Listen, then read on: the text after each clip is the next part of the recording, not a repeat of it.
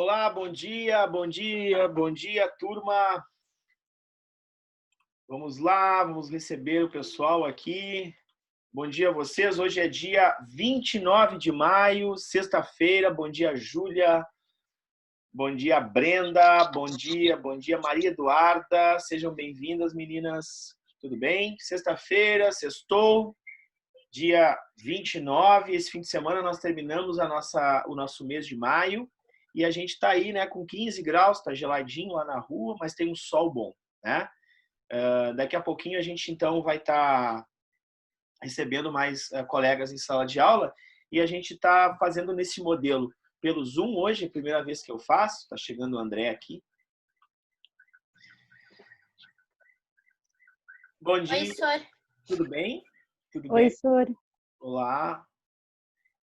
Então, o que nós vamos fazer? Esse canal é um canal onde a gente pode participar mais da aula, né? Então, se vocês tiverem dúvida, vocês vão perguntar para mim, podem perguntar por áudio. Eu prefiro que seja por áudio do que por escrever, porque eu vou compartilhar a tela com vocês também em alguns momentos, onde a gente vai observar um slide, vai observar uma cena de filme, alguma coisa assim, que eu venha passar para vocês aqui para ajudar nos nossos estudos. Tudo bem? Sim. Então, pessoas queridas, eu vou pedir a vocês, então, eu vou começar a minha aula. Opa, tem um cachorro na banda aqui, o cachorro da Brenda.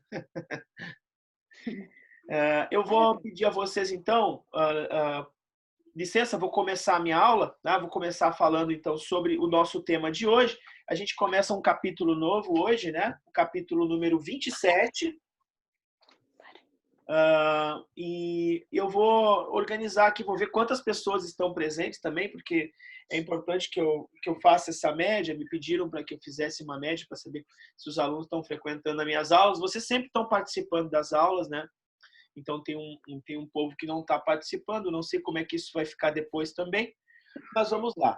Então vamos começar a falar do capítulo 27. Hoje a gente vai falar sobre um tema só. A gente vai falar sobre fascismo. Então é importante que vocês tenham com vocês um bloquinho, uma caneta, para anotar algumas coisas que eu vou pedindo que sejam importantes, tá? Então a primeira delas é que vocês anotem aí o tema, né? O tema de hoje, então, é fascismo. Certo? Muito bem. O que é o fascismo, né? Como surgiu o fascismo? Se a gente for observar oficialmente, o fascismo surge na Itália, tá? Então, o fascismo surge na Itália. Com quem? Com o Mussolini. Porém, o fascismo ele é anterior ao Mussolini, tá? As ideias que compõem as ideias fascistas são ideias que são anteriores ao Mussolini. E a gente vai ver, então, três grandes pensadores do fascismo que ajudaram a compor a ideia de fascismo. Tá legal? Então, vamos lá. Os três grandes autores são, o primeiro, um francês chamado Charles Maurras. O Charles Maurras é um francês que vai ser um poeta francês, né? Ele é um jornalista, é um romancista, e ele vai escrever sobre o nacionalismo integral. Então, bota aí. Charles Maurras, ele escreve sobre o nacionalismo integral. O que é o nacionalismo?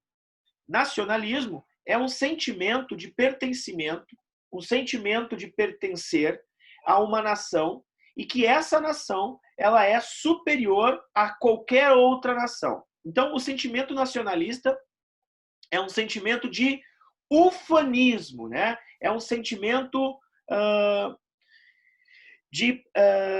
quase que xenofóbico. O que é xenofóbico? Tudo que é diferente da minha nação não presta para a minha nação, certo? Então, é um sentimento muito perigoso, é um sentimento nacionalista, chamado sentimento nacionalista integral, que vai fazer, né, o que o Charles Maurras vai escrever com muita ênfase e vai, de certa maneira, influenciar algumas pessoas do mundo.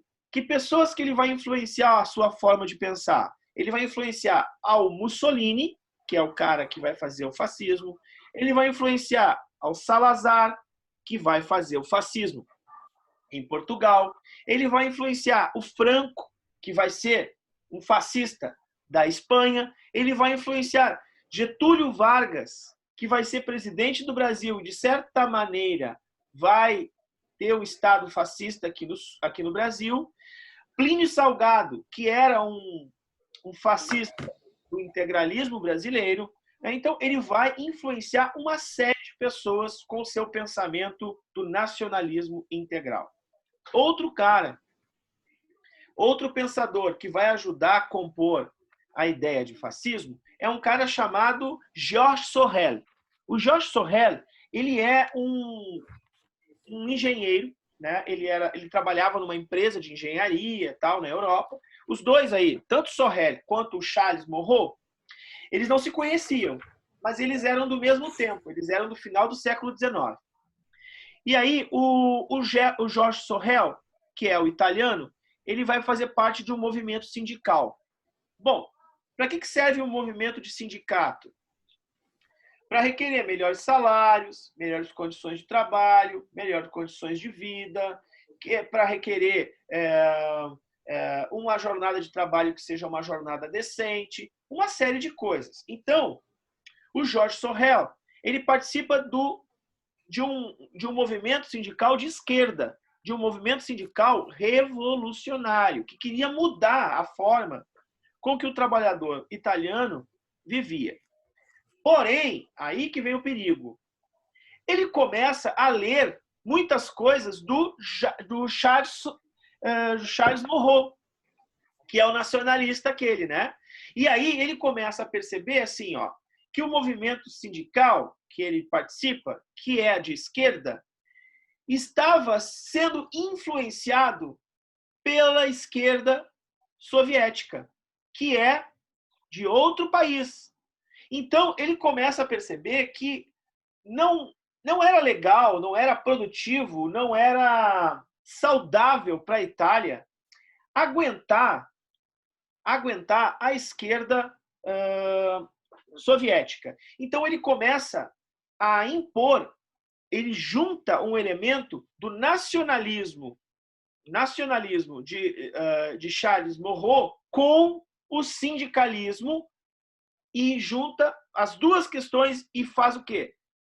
Aplica a violência. Então, vejam bem, o Georges Sorel, ele deixa de participar de um sindicato que é revolucionário e passa a praticar um sindicato violento. Então, assim, ó, a violência, quando ocorre a violência, acabam todas as formas de poder transformar algo diplomaticamente, conversando.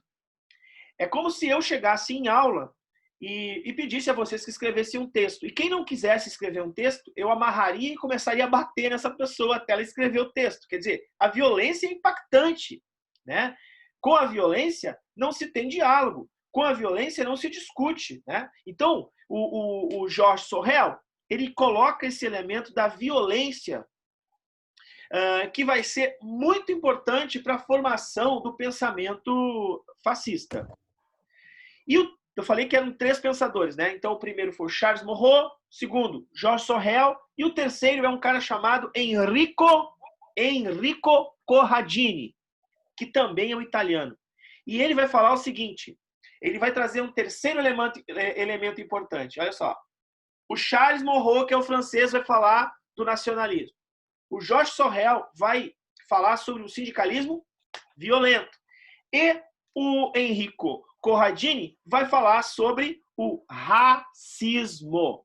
Isso é fundamental. O que é o racismo? O racismo é uma coisa horrorosa, né, que vai pregar, entre outras coisas, a superioridade racial. Então, como o Enrico era um italiano, ele vai dizer o seguinte, que o povo italiano era superior, muito superior a qualquer outro povo no mundo. E todos aqueles que fossem de etnia diferente no território italiano eram perseguidos pelas ideias de Enrico Corradini, que era um jornalista, romancista e um nacionalista. Então, vejam bem, nós vamos ter o nacionalismo, o militarismo com a violência e o racismo, com esses elementos todos que vão compor as ideias fascistas. O que acontece? Por que o Mussolini pega esses três pensadores e reúne eles? Porque o Mussolini lia esses três autores. Mussolini ele vem da onde, né? Mussolini ele é um jovem que participa de um jornal, ele é militante de esquerda. E como é que ele se torna um fascista, né? E aí eu lanço uma pergunta e se vocês não souberem responder essa pergunta, lá no final da aula eu vou responder para vocês. O fascismo é algo de esquerda ou de direita? Tá? Então, é uma pergunta que a gente vai responder lá no final da aula. Eu queria que vocês me dissessem, né, quem souber me dizer. Eu vou falando sobre o fascismo e lá no final, se eu não me lembrar, vocês me cobrem, tá? Cobrem de mim para que eu diga se é de esquerda ou de direita. Então, o Benito Mussolini, ele era de esquerda e ele começa a ter contato com essas ideias e ele fica muito, muito, muito indignado quando a Itália sai da Primeira Guerra Mundial. E a Itália sai da guerra. E por que a Itália saiu da guerra? Porque o Sindicato dos Trabalhadores Italianos estava muito ligado às ideias do movimento socialista soviético. E o socialismo saiu da guerra. Então, a Itália também sai da guerra. E aí, como o Benito Mussolini era muito nacionalista e fica pé da vida com isso, ele vai, então, fazer o quê? Ele vai usar das ideias fascistas, vai montar uma guarda, uma milícia, né, chamada de Camisas Negras, e vai fundar um partido chamado Partido Fatista, né, ou Frente Fatista, e vai começar com esse partido, vai começar um golpe na Itália para chegar ao poder. Certo? Então, agora que nós já mais ou menos organizamos as nossas ideias aqui sobre isso, eu vou compartilhar minha tela com vocês e a gente vai dar uma olhada nas características gerais do que é o totalitarismo, o fascismo, e vamos começar a aula dividindo a tela. Então, se vocês tiverem alguma pergunta, deu para entender até aqui? Vocês estão entendendo tudo, gente? Sim. Ô, senhor, dá para falar um pouco mais devagar? É que, tipo, tá difícil de anotar o que tu fala. Não? Perfeito, perfeito. Eu falo mais devagar, tá? Outra coisa, vocês podem ver o vídeo de novo. Esse vídeo vai ficar no meu canal, ali no YouTube, e também vai estar na Iônica, o linkzinho para que vocês entrem no vídeo e verifiquem lá no YouTube. Outra coisa que eu vou deixar junto na Iônica é esse slide, que vocês acham que não tem esse slide, que é o slide do nazifascismo que eu vou passar aqui, tá bom? Muito bem. Então vamos lá, vamos compartilhar que eu sou meio manco nisso.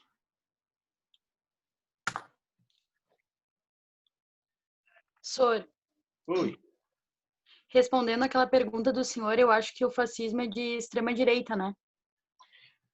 Pois é, vamos lá. A gente vai ver lá no final da aula, eu vou falar para vocês, eu vou dar a ideia com que a maior parte dos historiadores, né, dos filósofos, inclusive, discutem sobre o que é o fascismo, tá? Mas é uma bela resposta. Vamos tentar verificar se ela está ou não dentro das ideias, né, que falam sobre o fascismo. Então, eu vou agora abrir aqui. Estão enxergando tudo isso aí, gente? Sim. Tá. Então, está aqui, vou voltar lá para o início, definição, né? Definição do que é o fascismo, né? Ou do período que ocorreu. Então, primeira coisa, ele ocorre no período chamado entre guerras, entre a Primeira Guerra Mundial, o final da Primeira Guerra Mundial e o início da Segunda Guerra Mundial. O movimento fascista, ele é um movimento que ocorre no entre guerras e também vai ser conhecido como movimento nazifascista. E aí a gente vai ver quais são as características, né, desse movimento e onde ele ocorre. Né? Ele as ideias nazifascistas, elas vão ocorrer em vários países do mundo. A gente falou, né, na Itália, a gente falou na Alemanha, mas elas ocorrem também em Portugal, elas ocorrem também na Espanha. Aliás, o primeiro lugar que ocorre uma revolta é na Espanha. Uma revolta nazifascista vai ser na Espanha. E olhem só que interessante. Eu tenho uma dica de filme para vocês esse final de semana. Vou passar o trailer do filme aqui para vocês. E essa dica de filme fala justamente da Espanha. Fala da Espanha, de uma guerra que ocorreu na Espanha chamada Batalha de Guernica, um massacre em Guernica. E vocês já ouviram falar nesse termo, né? Guernica. Sim ou não? Sim. É um quadro, né? É um quadro do Pablo Picasso. Não sei se vocês estão lembrados. É um quadro todo... Ele é cinza, preto e branco, todo quadriculado, assim, com imagens de pessoas sofrendo. Este quadro é uma pintura de Picasso retratando o que foi esse massacre na cidade espanhola de Guernica. Vou passar depois para vocês esse vídeo. Então, ó, Itália, Alemanha, Portugal, Espanha e também vai ocorrer. Só que formação de partido, mas não o Estado, né? Vai ter formação de partido na Inglaterra, formação de partido na França, formação de partido na Colônia, na Polônia, formação de partido na Holanda. No Brasil, vai ter formação de partido. Um Estado brasileiro, chamado Estado Novo, vai ser chamado Estado fascista ou fascista, enfim. E quais são as características desse Estado?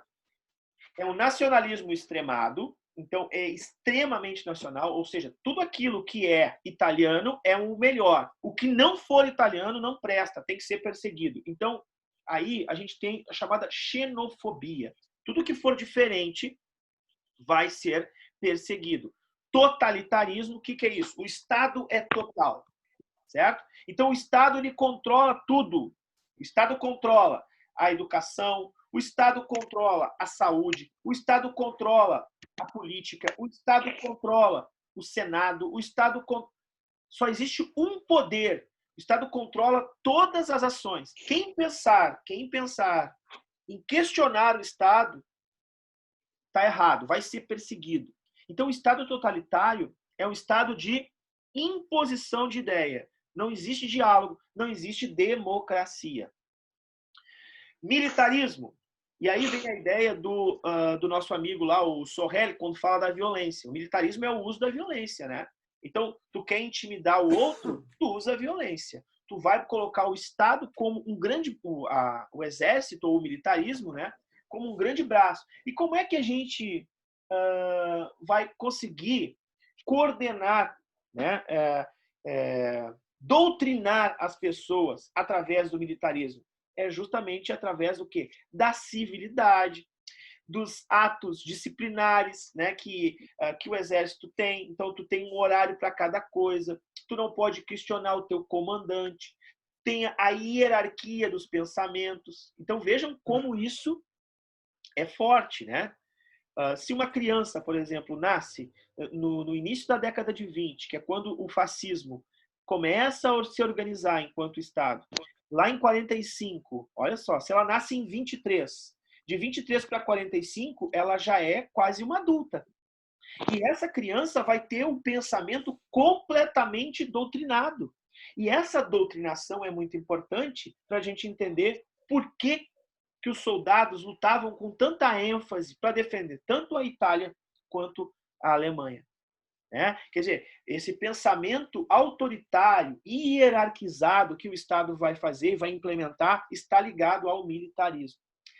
Anticomunismo, e aí tem duas coisas importantes. Ó, e aí talvez eu consiga te responder responder a questão que eu fiz lá no início. Olha só.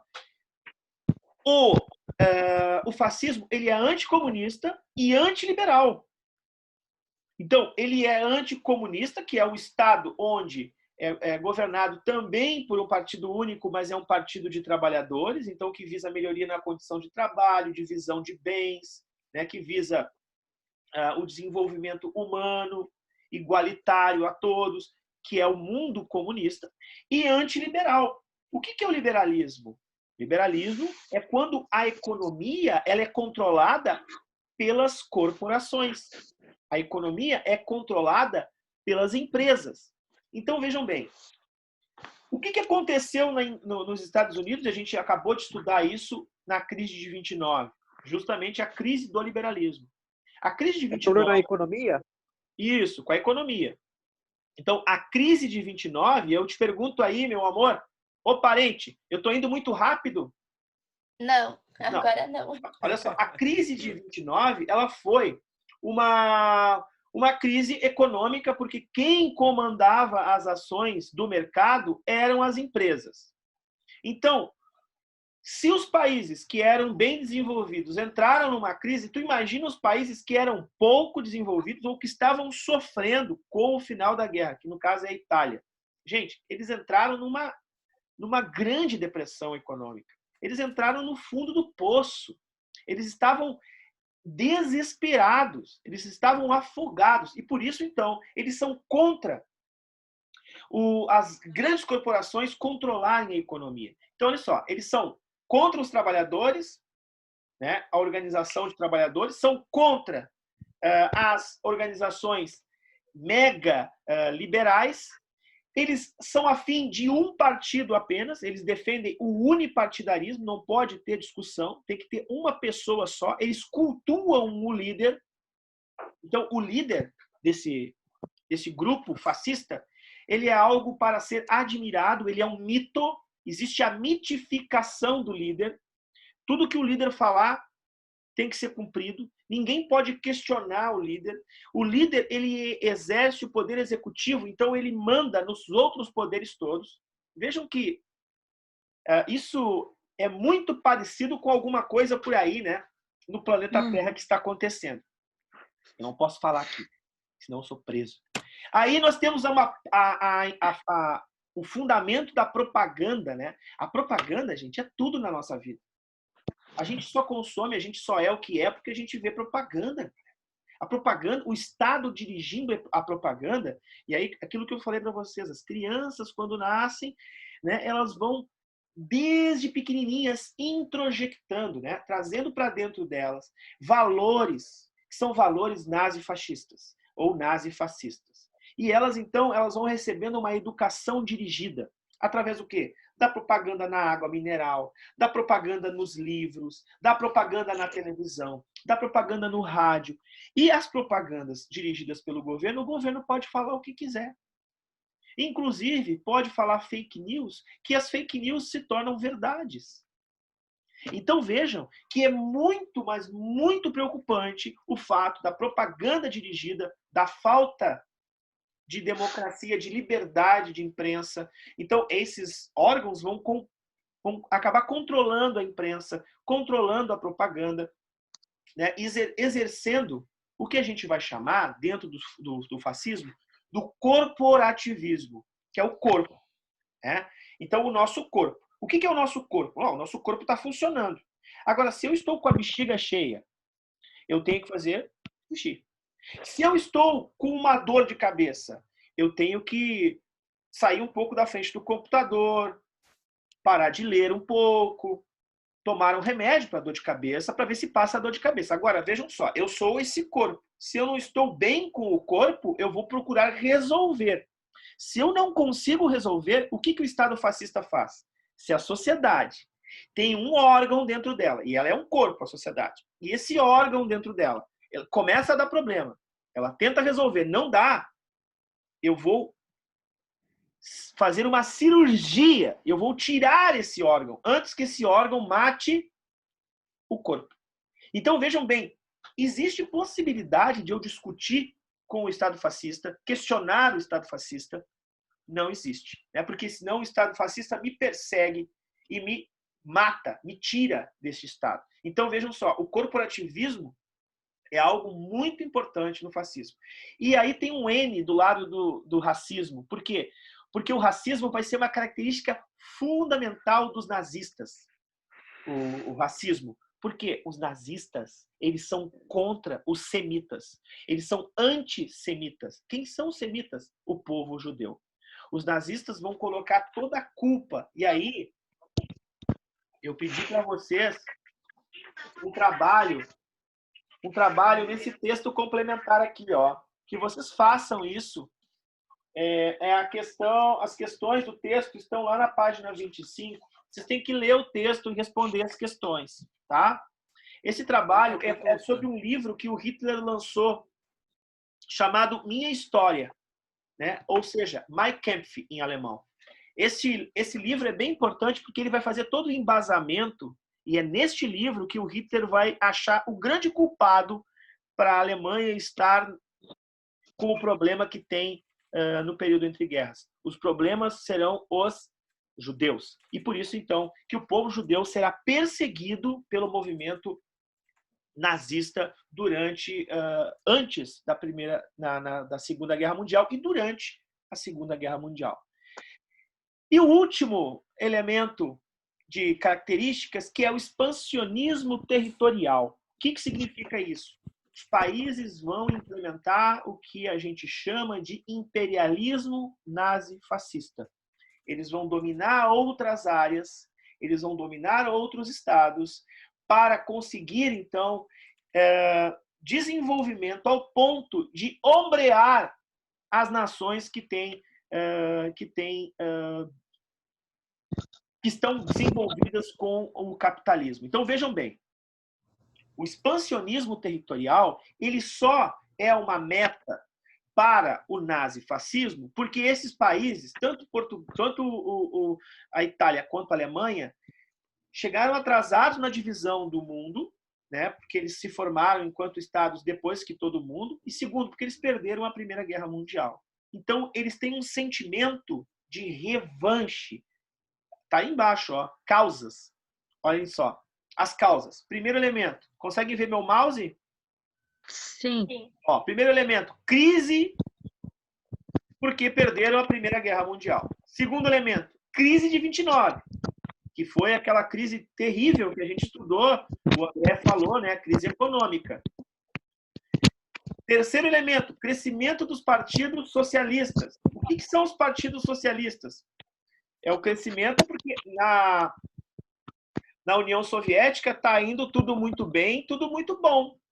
Se na União Soviética está indo tudo muito bem, tudo muito bom, e eles estão conseguindo organizar com os trabalhadores lá, nós vamos ter o medo do nacionalismo italiano, do nacionalismo alemão, o medo que essa nação consiga se infiltrar justamente no desenvolvimento da Itália e da Alemanha. Então, o revanchismo é esse último elemento das características gerais, né, para esses países lutarem pela sua liberdade, lutarem pelo seu desenvolvimento, pelo seu Estado. Então, aí estão Mussolini, esse cidadão que está bem aqui à esquerda, da Itália, o Franco na Espanha, nós vamos ter Salazar em Portugal, Hitler na Alemanha. Tá? Então, esses são, da Europa, os principais estados com seus líderes, né, fascistas e ditatoriais. Aí a gente vai ver... O Hitler tinha algum problema mental? O Hitler? Tinha algum problema? Sei lá, psicopatia, alguma coisa do tipo. O Hitler tinha vários problemas, né? Existem estudos, mas não tem como se comprovar. Por quê? Porque a gente nunca conseguiu, mas tinha uma mente de psicopata. Isso é verdade, né? Isso é fato. Agora, por que não se tem uma certeza de que ele tinha essas psicopatias? Porque, na verdade, ele nunca foi consultado para tal, né? Ninguém conseguiu consultar o Hitler para saber se, de fato, ele tem. Então, seria muito leviano da nossa parte dizer que ele tinha problemas, né? Então, é a mesma coisa assim, uma pessoa morre de insuficiência respiratória hoje em Porto Alegre, ela vai ser enterrada e eu vou dizer que ela morreu de Covid-19 sem ter feito o teste nela. Eu não posso dizer que ela morreu de Covid-19 porque eu não fiz o teste para saber se ela morreu. Mas os indícios levam a crer que ela morreu, porque ela era uma pessoa jovem, ela tinha problema respiratório, ela não tinha outro problema a não ser essa questão da respiração com asma, e ela morreu. Então, cria-se uma nuvem, uma dúvida, mas eu não posso afirmar de fato se tem ou não problema. Então, é a mesma coisa com Hitler. Ninguém fez um teste no cara para saber se ele era biruta. Agora, que ele era biruta, a gente consegue enxergar, né, pelos atos dele, né? Enfim. Aí nós temos, então, o nosso tempo está esgotando. Infelizmente, o Zoom ele tem 40 minutos só, né? Então, vamos lá. Características do fascismo italiano, para eu passar depois a dica de filme com o trailer para vocês. Ele ocorre na Itália, obviamente, no pós-Primeira Guerra Mundial. A Itália é uma monarquia com vários problemas, que a gente viu aqui, problemas de dívida, desemprego, inflação. Lembrando que inflação é quando o nosso dinheiro não consegue comprar mais o que comprava. Então, queridos, inflação é algo que nós estamos vivendo hoje, né? Quer dizer, o nosso dinheiro ele fica cada vez mais curto. Por quê? Porque o dólar, como está saindo do Estado brasileiro, né? O dólar aumenta. A gente está com R$ 5,40 o preço de $1. Ou seja, os bens acabam aumentando o seu preço. Então, o nosso dinheiro acaba comprando menos do que comprava quando o dólar era R$ 2,50, R$ 2,80, R$ 3. Crescimento de grupos socialistas nas eleições. O grande medo desses ultranacionalistas xenófobos era que esses movimentos socialistas acabassem entrando na Itália e acabassem influenciando a forma de pensar do povo italiano. Então, eles vão ser contra esses movimentos de trabalhadores. E aí tem uma característica importante. Nós somos classe média, né? Todo mundo aqui é classe média. Nós temos acesso à internet, nós temos acesso a bens de consumo. Nós não somos pobres, nós somos classe média. Porque a pessoa que é pobre, a pessoa tem acesso à internet, mas é muito ruim. A pessoa tem um carro, mas é um carro usado. A pessoa tem emprego, mas está num emprego muito instável. Agora, vejam bem. Quando a classe média começa a ser ameaçada, como está sendo agora, com a crise, ela começa a perder seus direitos. E ela vai ficando o quê? Apavorada. E ela vai acreditando em tudo. Então, a classe média italiana vai olhar para o fascismo, que vai perseguir os trabalhadores lá que ficam fazendo greves, ficam fazendo arruaça, vai perseguir esses trabalhadores e vai apoiar o fascismo. Vai apoiar o fascismo contra as grandes empresas que ficam lucrando em cima da Itália. Vai apoiar o fascismo. E quando vejam só, os empresários perceberem que o fascismo vai combater greve, vai combater os grandes conglomerados e vai fazer o serviço sujo, os grandes empresários italianos vão apostar nesses caras. Então, olha só, primeiro começa com o apoio da classe média italiana, depois passa a ser apoiada pela burguesia italiana, o movimento fascista. E aí, o Benito Mussolini enche o peito e começa, então, a montar um grupo de extermínio de trabalhadores que não colaboram com o Estado. E sabe como é que é o nome desse grupo? É Camisas Negras. Eles começam a usar preto. Eles começam a usar uma insígnia do movimento fascista. E esses caras, hoje, podem ser traduzidos por uma milícia. O Benito Mussolini monta uma milícia, que é um grupo paramilitar, que não está dentro do Estado, que não é legal, para perseguir, para reprimir movimentos populares, sociais, que defendem movimento gay, movimento de trabalhadores, melhoria das condições de trabalho, contra a criança no trabalho. Quer dizer, todas as formas de democracia são reprimidas com os camisas negras. Esses caras vão caminhar na década de 20, já em 1919, início da década de 20, eles montam um partido, marcham sobre Roma e tomam o poder.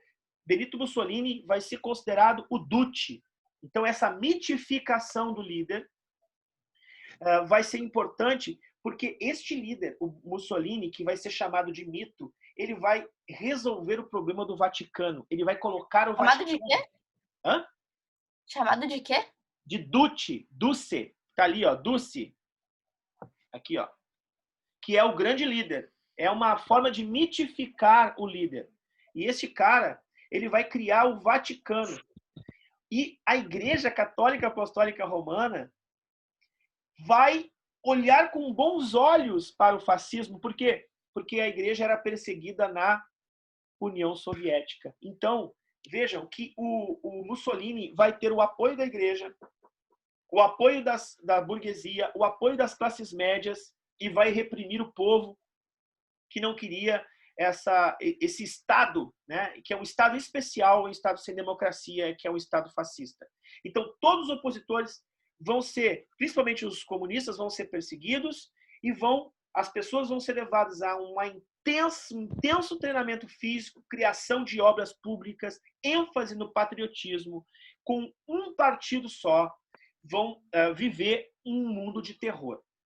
Como é que vocês conseguem enxergar isso de maneira lúdica, de maneira, digamos assim, ilustrada? Tem vários filmes, tá? Mas eu vou falar sobre esse filme que eu indiquei para vocês no início da aula, que se chama Massacre em Guernica. Posso passar o trailer aqui? Pode. Tá. Vocês podem observar, anotem aí então, Massacre em Guernica é um filme que deve ter no Netflix, tá? Eu assisti por lá. Então vamos lá. Baseado em fatos históricos. 26 de abril de 1977 em Guernica. Uma cidadezinha hoje da Espanha. Está prestes a se tornar muito famosa, mas por todos os motivos errados. Ajuda! Faça alguma coisa! Todo jornalista é um alvo. Sai! A câmera! Não, espera! Toda a verdade é encoberta. Fiquem longe da fronteira. Obedeça as regras, Paulo. Eu sou do New York Herald Tribune. Se você escreve o que eles querem, nunca vai levar um tiro. Você é um espião? Não. Beleza, ele é ele. Sr. Howell, os americanos não se importam com nada. Não se esqueça disso. Saúde. É um dos nossos?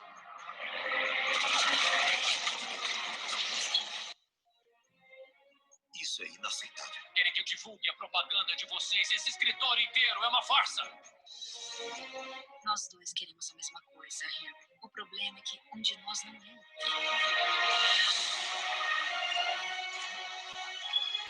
Mentiroso! Saia daqui.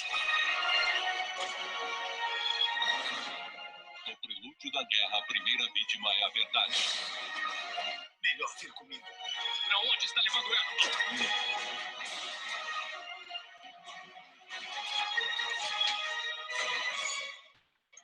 O massacre em Guernica. Então tá aí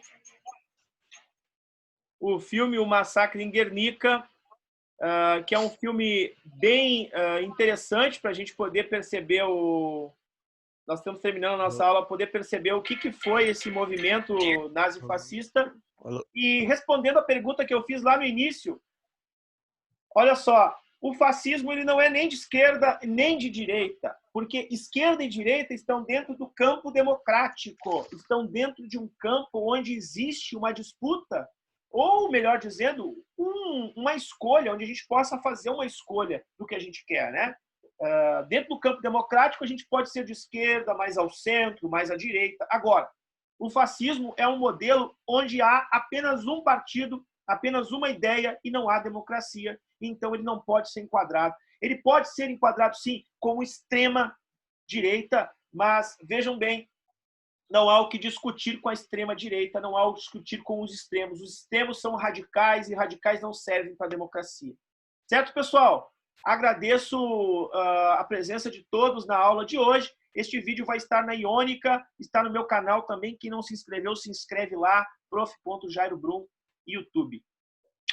Ótimo final de semana. Tchau. Descansem e vou mandar os trabalhos para vocês por ali pelo site. Um abraço. Tchau, tchau. Tchau. Tchau. Beijo. Outro. Tchau, tchau.